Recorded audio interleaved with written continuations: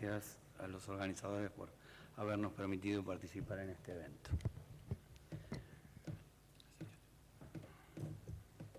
Bueno, el trabajo que les voy a presentar está realizado en colaboración con Alicia Irizar y Luis Milesi. Todos pertenecemos a la Estación Experimental Pergamino de INTA. Consideramos que uno de los mayores desafíos para nuestra región es implementar un desarrollo agropecuario sostenible que, además de permitir el crecimiento económico, mantenga las cualidades del ambiente y reduzca el riesgo asociado con el aumento de las variaciones en el clima. Para ello, vamos a considerar, para introducirnos a los diferentes escenarios donde se van a realizar los balances de carbono, consideramos que existen diferentes fuerzas impulsoras, que son las que provocan cambios de uso y manejo de las tierras, que luego impactan a diferentes escalas de tiempo y espacio y en diferentes medios. Y entonces vamos a enumerarlas. Una de ellas, no sé qué pasa con la presentación, la tengo acá pero no se ve. Tengo un problema, Alfredo. Acá se ve perfectamente, pero no es este. Bueno. En el lado derecho se ven las letras dentro de cada box, pero en el lado izquierdo que se ve en la pantalla no están, chicos, arriba. Ahí está. Seguí apretando. Sí, pero sigue el primer box aparece sin las letras, el tercero y cuarto también. El resto aparece. Más.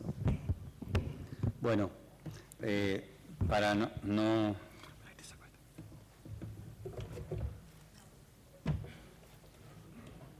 Vamos a continuar. Bueno, una de las fuerzas impulsoras, como todos conocemos, es el mercado asiático, que se ha traducido en el aumento de la superficie con soja y, en los casos de los monocultivos, también el aumento de las malezas resistentes, tolerantes a ese paquete técnico.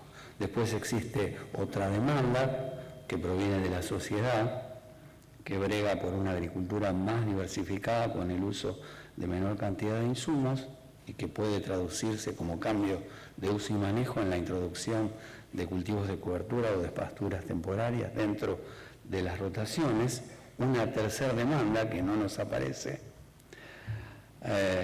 es la ganadería industrial, que puede aumentar las demandas de maíz y, por lo tanto, puede llevar al aumento de los rendimientos en maíz y a que se perdure en las diferentes, que el maíz forma parte de las rotaciones.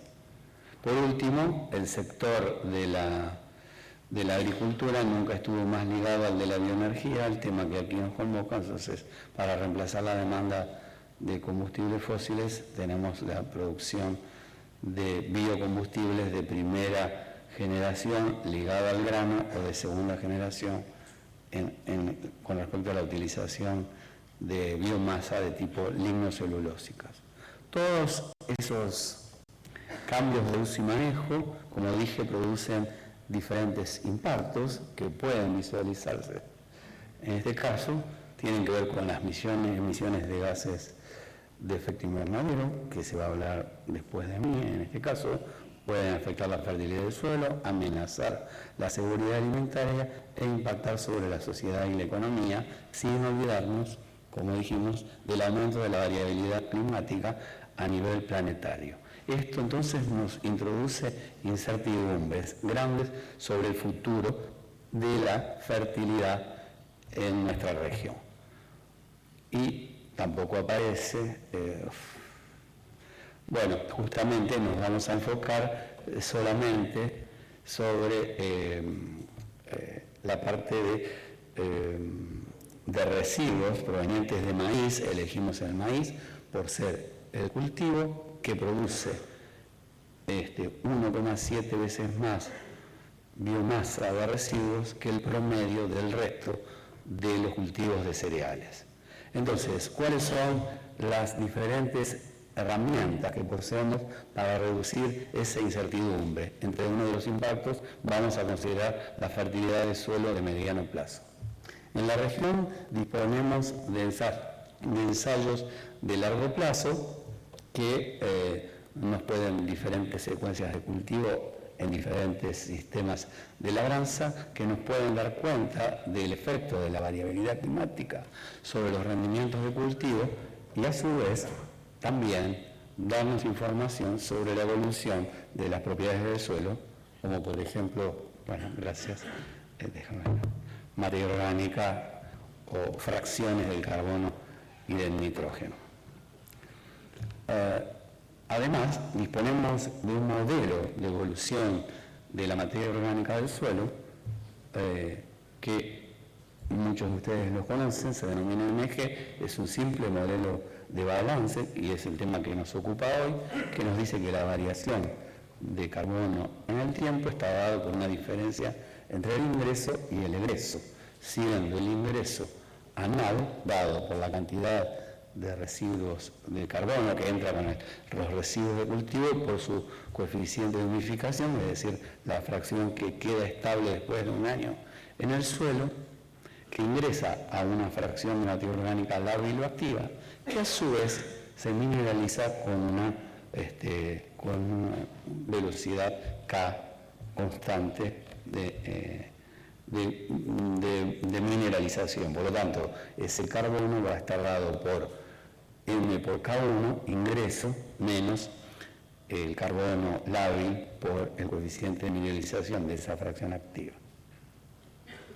Bien, este modelo ha sido validado con éxito en varios de los ensayos de la región y en otros, en este caso particular, en este ensayo, en diferentes rotaciones y sistemas de labranza. Como dijimos, aquí podemos ver el resultado de esa evaluación. Muy bien, tenemos los ensayos, tenemos un modelo de evolución de materia orgánica validado. Por otro lado, tenemos fraccionamiento del carbono y propiedades edáficas medidas a lo largo en el curso de dichos ensayos.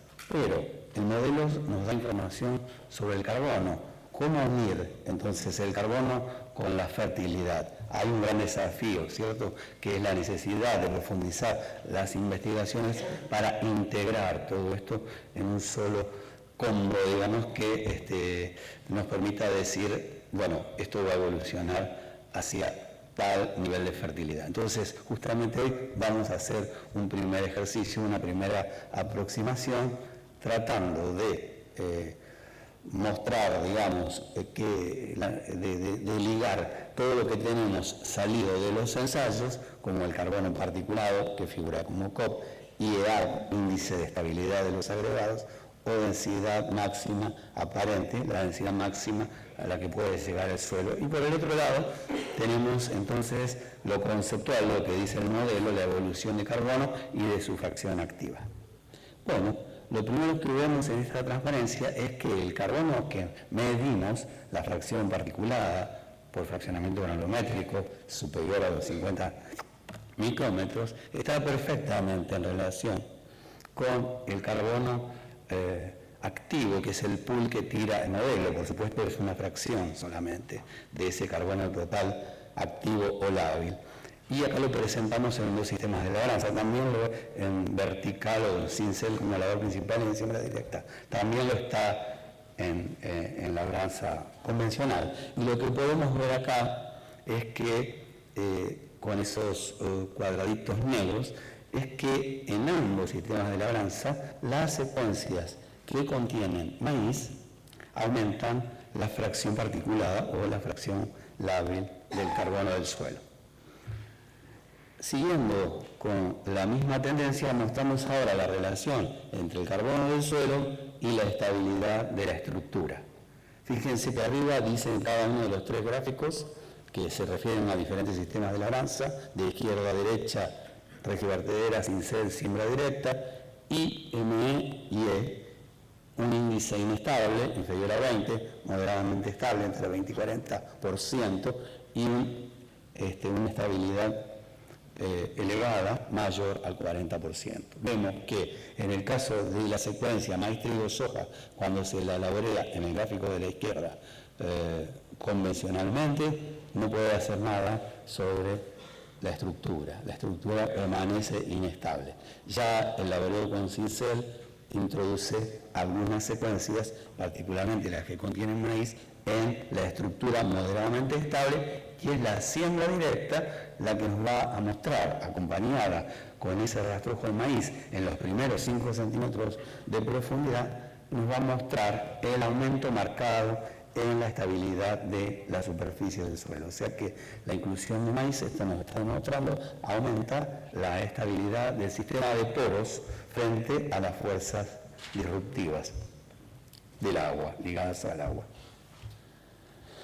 Por último, en estos gráficos podemos ver que cuanto más rico es el suelo en carbono, la densificación máxima que puede alcanzar tiene un valor bajo con respecto a un sitio que es menos rico en carbono. A su vez, para alcanzar esa densificación máxima medida como la densidad aparente máxima Proctor, se necesita mucho más humedad gravimétrica.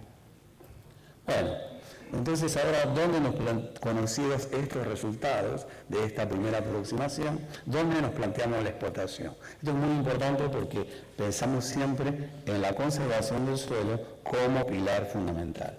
Siempre nos vamos a referir a suelos, a los mejores suelos del paisaje, o sea, clase 1 o 2, que no tengan fases por erosión y que tengan una fertilidad media elevada, es decir, cuyo contenido de materia orgánica del horizonte A de 20 centímetros supere 2.8% y que tampoco tenga estructura laminar continua. A su vez, ¿en qué secuencias de cultivos planteamos la exportación? No en cualquiera, en aquellas secuencias intensificadas que tengan un índice de intensificación mayor a 0,5, es decir, que el número de meses del año ocupados por cultivo con respecto al número total de meses del año sea mayor al 50%. O sea, estamos hablando de secuencias como maíz, trigo, soja o maíz, soja, trigo, soja y o con la inclusión de cultivos de cobertura de ciclo otoño invernal antes de maíz o de soja.